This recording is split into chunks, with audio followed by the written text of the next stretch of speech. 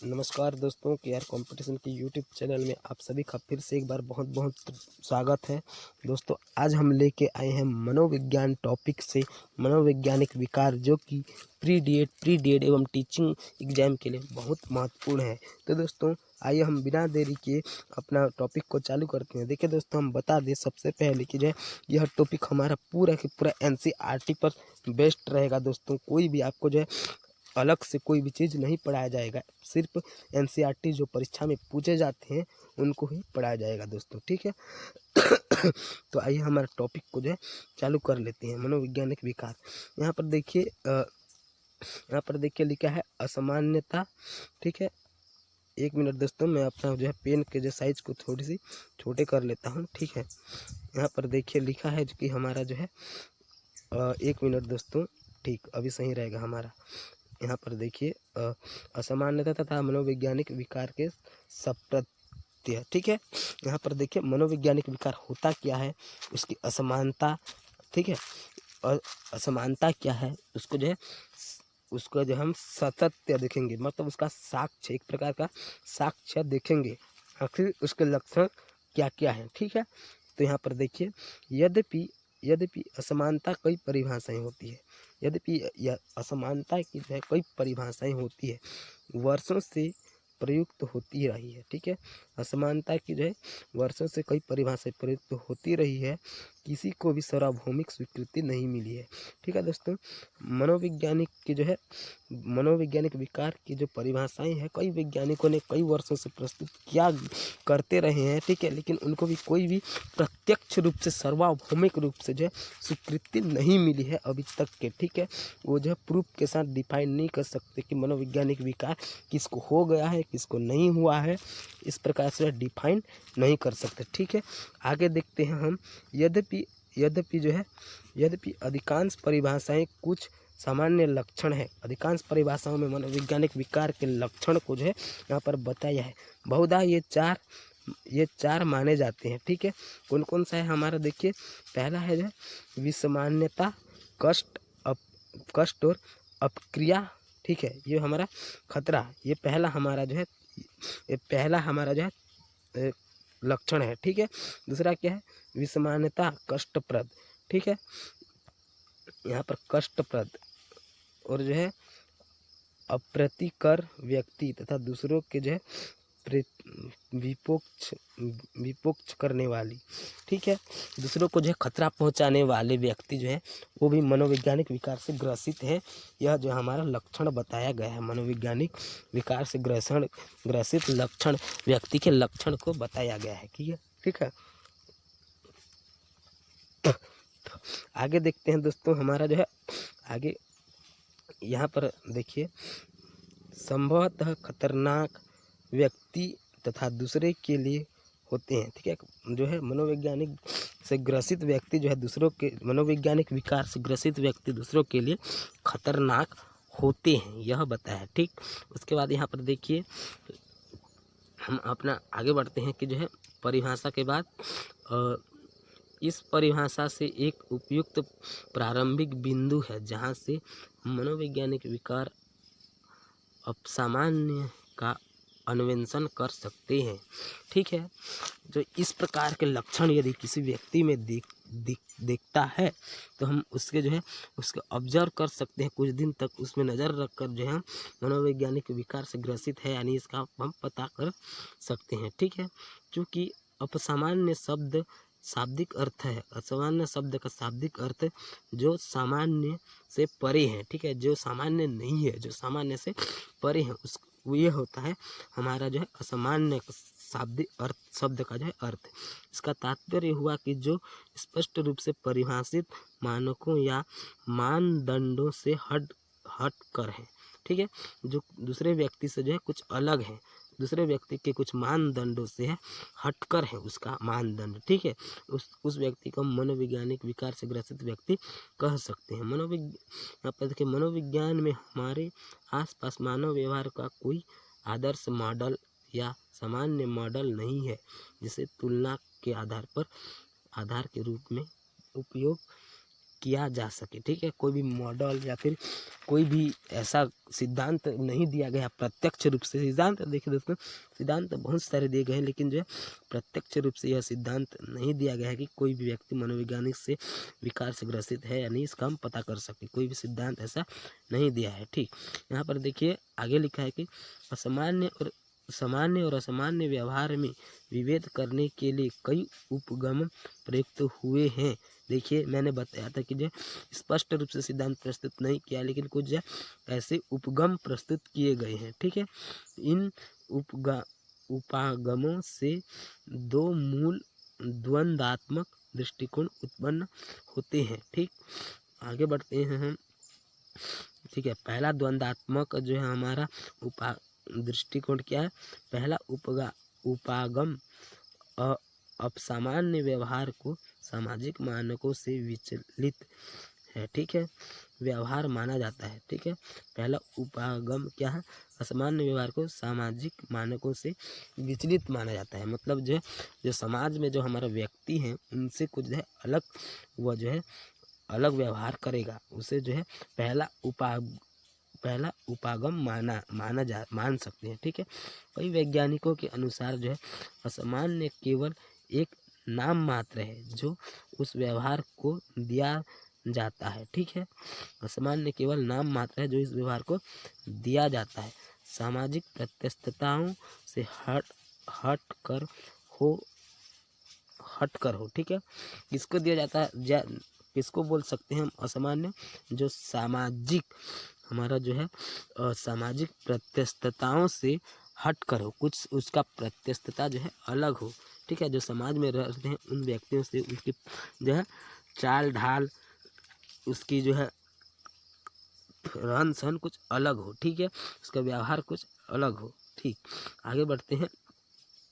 असामान्य व्यवहार, विचार और संवेग वे हैं जो उचित कार्यों से प्रतिबंध समाज के चारों ओर काफ़ी भिन्न हो। प्रत्येक समाज के कुछ मानक होते हैं जो समाज में उचित उच्चारण के लिए कथन या कथित नियम होते हैं। ठीक है, कुछ समाज में नियम होते हैं, कुछ उच्चारण होते हैं जिनके अनुसार जो है सभी व्यक्ति चलते हैं। ठीक, यहाँ पर उसके बाद देखते हैं वे व्यवहार, विचार और संवेग जो सामाजिक मानकों को तोड़ते हैं अपसामान्य कहे जाते हैं। प्रत्येक समाज के मानक उसकी विशिष्ट संस्कृति, उसके इतिहास, मूल्यों, संस्थाओं, आदर्शों, कौशल, प्रौद्योगिकी, कला और विकास होते हैं। ठीक है, इनसे जो है हटकर जो व्यक्ति होते हैं उनको हम बोल सकते हैं कि जो है वह मनोवैज्ञानिक विकार से जो है ग्रसित है। ठीक है, अतः जिस समाज में प्रतियोगिता और जो है आग्रहता का मूल्य हो, वह जो है जिस समाज में प्रतियोगिता और आग्रहता का जो है मूल्य हो, वह जो है व्यवहार को स्वीकार कर सकता है। ठीक है, आक्रामकता का मूल्य हो, वह व्यवहार को स्वीकार कर सकता है, जबकि वे समाज जो असहयोग और पारिवारिक मूल्यों पर जोर देता है, जो कि भारत में विक्रामकता को स्वीकृत, यहाँ तक कि अब सामान्य को समझ सकते हैं। समय के साथ किसी समाज के मूल्यों में परिवर्तन आ सकता है। ठीक है, आगे बढ़ते हैं हम। आगे बढ़ते हैं, यहाँ पर देखिए जिसके कारण मनोवैज्ञानिक असमानता के दृष्टिकोण से भी परिवर्तन आ सकता है। इस एक मिनट दोस्तों, 1 मिनट। ठीक है, ठीक है, ठीक, हम कहाँ तक पढ़ चुके थे दोस्तों? यहाँ पर देखिए समय के साथ किसी समाज में मूल्यों में परिवर्तन आ जाता है। ठीक, 1 मिनट दोस्तों,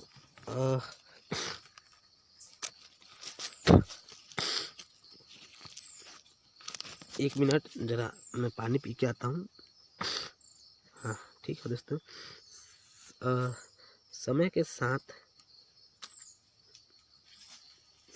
साथ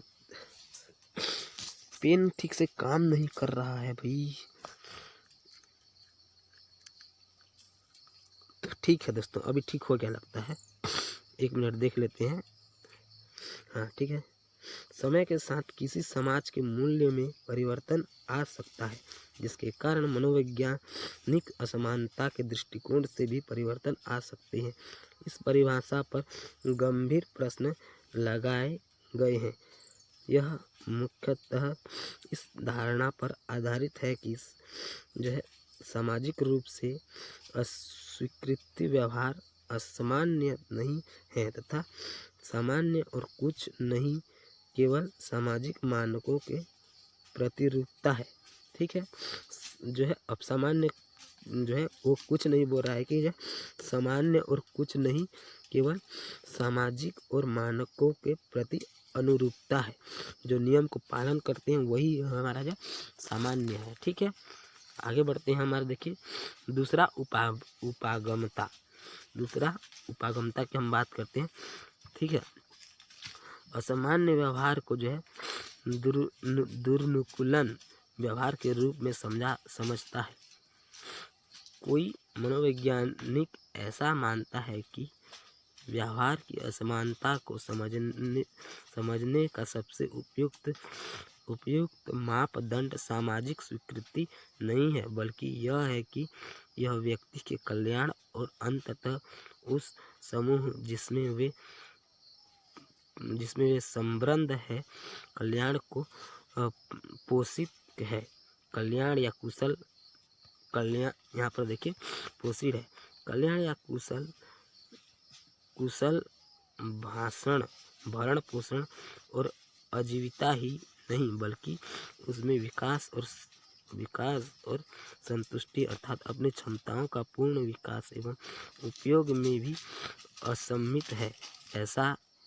ऐसा कि मान लो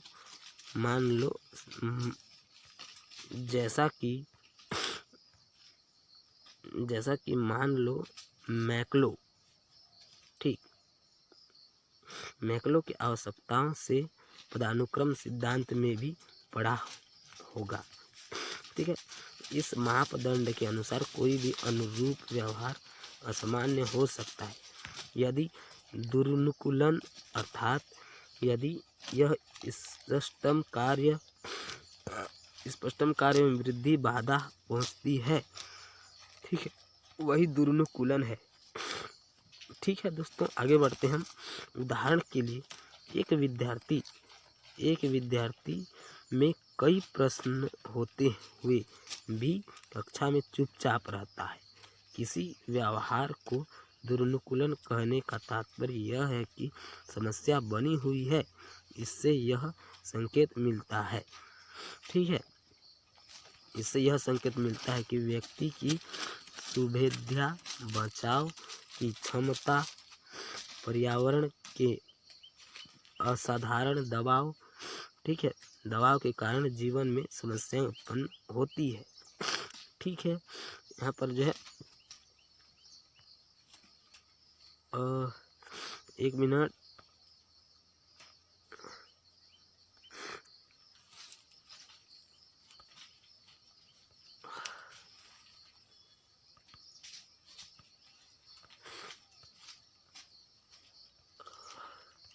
ठीक, हम यहाँ तक पढ़ चुके थे।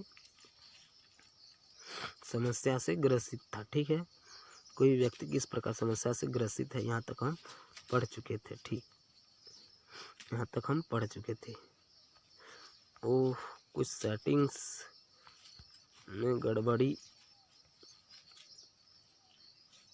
यदि आप अपने चारों तरफ के लोगों से बात करें तो पाएंगे कि मनोवैज्ञानिक विकार के बारे में उनके स्पष्ट विचार होते हैं, जो अधिकांश अज्ञान और भय के तत्वों पर आधारित होते हैं।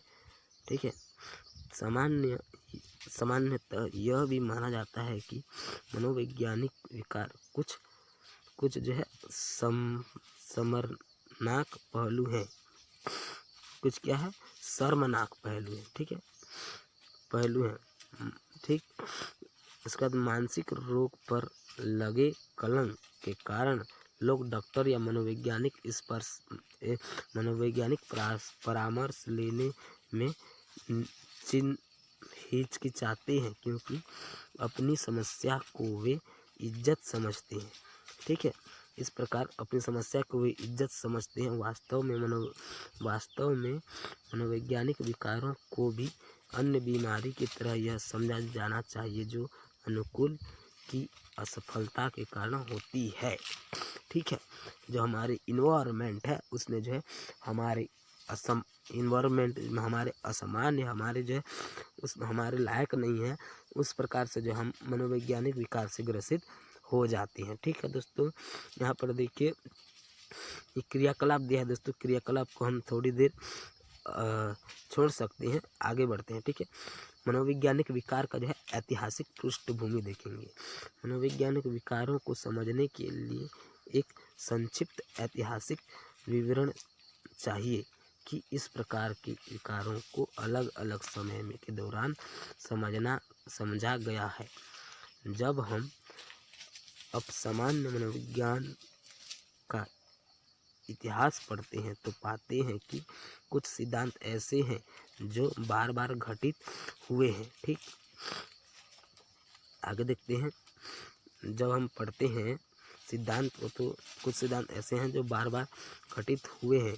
ठीक, एक प्राचीन सिद्धांत जो आज भी जाना जाता है कि असामान्य व्यवहार किसी अलौकिक और जो है जादुई शक्तियों के कारण होता है, जैसे बुरी आत्मा या शैतान। व्यक्ति के अंदर रहने वाली इस बुरी आत्माओं को झाड़ फूक और जो प्रार्थना के द्वारा हटाने का तरीका आज भी सामान्य उपयोग किया जाता है। कई समाजों में ओझा वे व्यक्ति समझने जाते हैं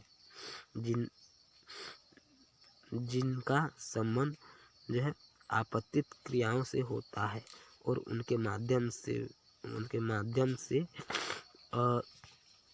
प्रेतात्माओं व्यक्ति में बात करती है। ओझा के द्वारा ग्रसित व्यक्ति यह जान सकता है कि उसकी समस्या किस जो है प्रेतात्मा के कारण है तथा उसे प्रसन्न करने के लिए क्या क्या चाहिए। ठीक, उसके बाद देखते हैं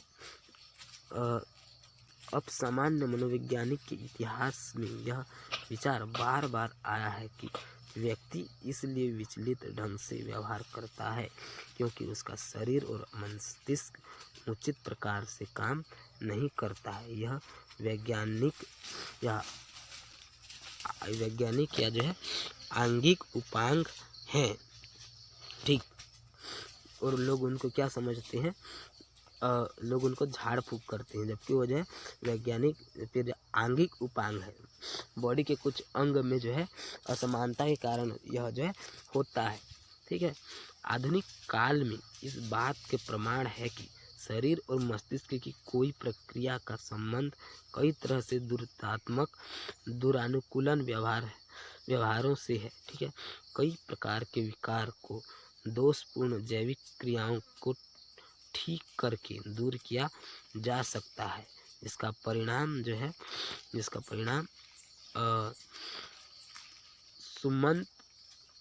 सुमंत प्रक्रिया में होता है।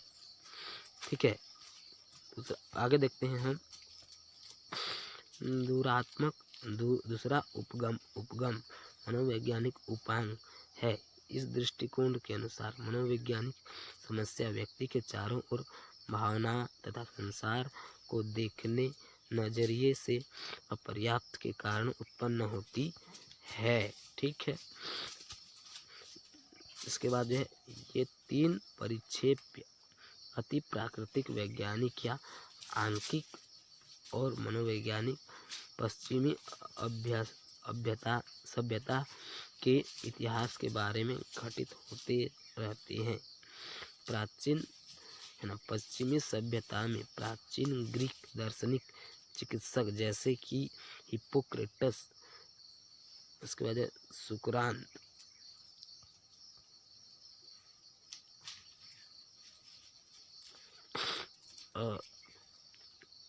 और विशेष रूप से प्लेटो हुए, जिन्होंने सर्वांगिक उपांग को विकसित किया और बाधित व्यवहारों को संवेग तर्क बीच द्वंद्व कारण लगे। ठीक है दोस्तों, 1 मिनट। और ठीक है, आगे बढ़ते हैं दोस्तों। कहाँ तक पढ़ चुके थे हम? सर्वांगिक उपांग को विकसित कर व्यवहार विकसित किया और बाधित व्यवहार को संवेग तर्क के बीच द्वंद्व कारण उत्पन्न माना जाता है। ग्लेन ने व्यक्ति चरित्र और स्वभाव के 4 वृत्त की भूमिका को बताया। उनके अनुसार यह भौतिक संसार के 4 तत्वों से बना है। उनके अनुसार भौतिक संसार जो है यह 4 तत्वों से बना है। ठीक, देखिए हम जो है यहाँ तक पढ़ चुके थे।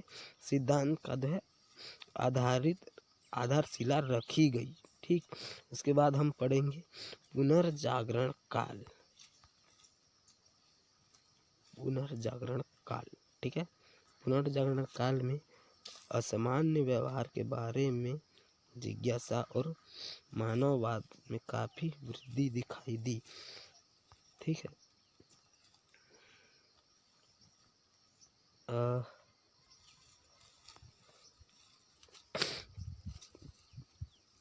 पुनर्जागरण काल में असामान्य व्यवहार के बारे में जिज्ञासा और मानववाद में काफी वृद्धि दिखाई दी। योहान वेयर ने मनोवैज्ञानिक द्वंद्व तथा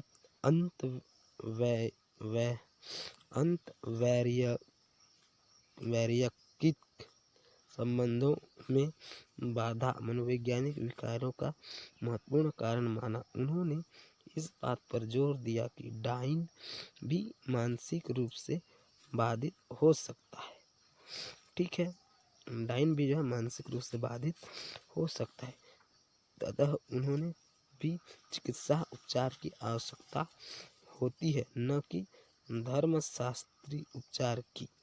ठीक है, 17वीं और 18वीं शताब्दी को तर्क एवं प्रबोधन का काल कहा जाता है।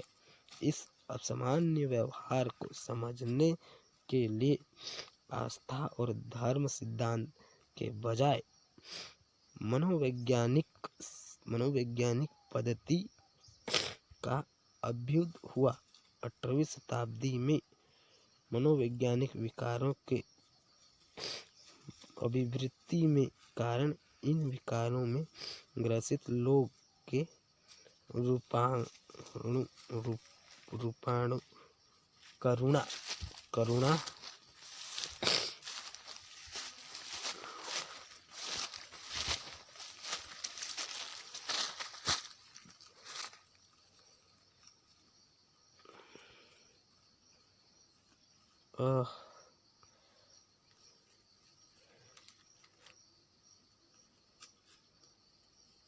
सत्रहवीं शताब्दी और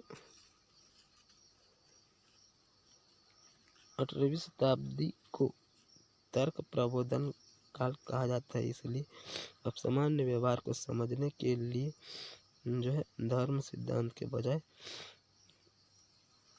पद्धति का अभ्युदय हुआ।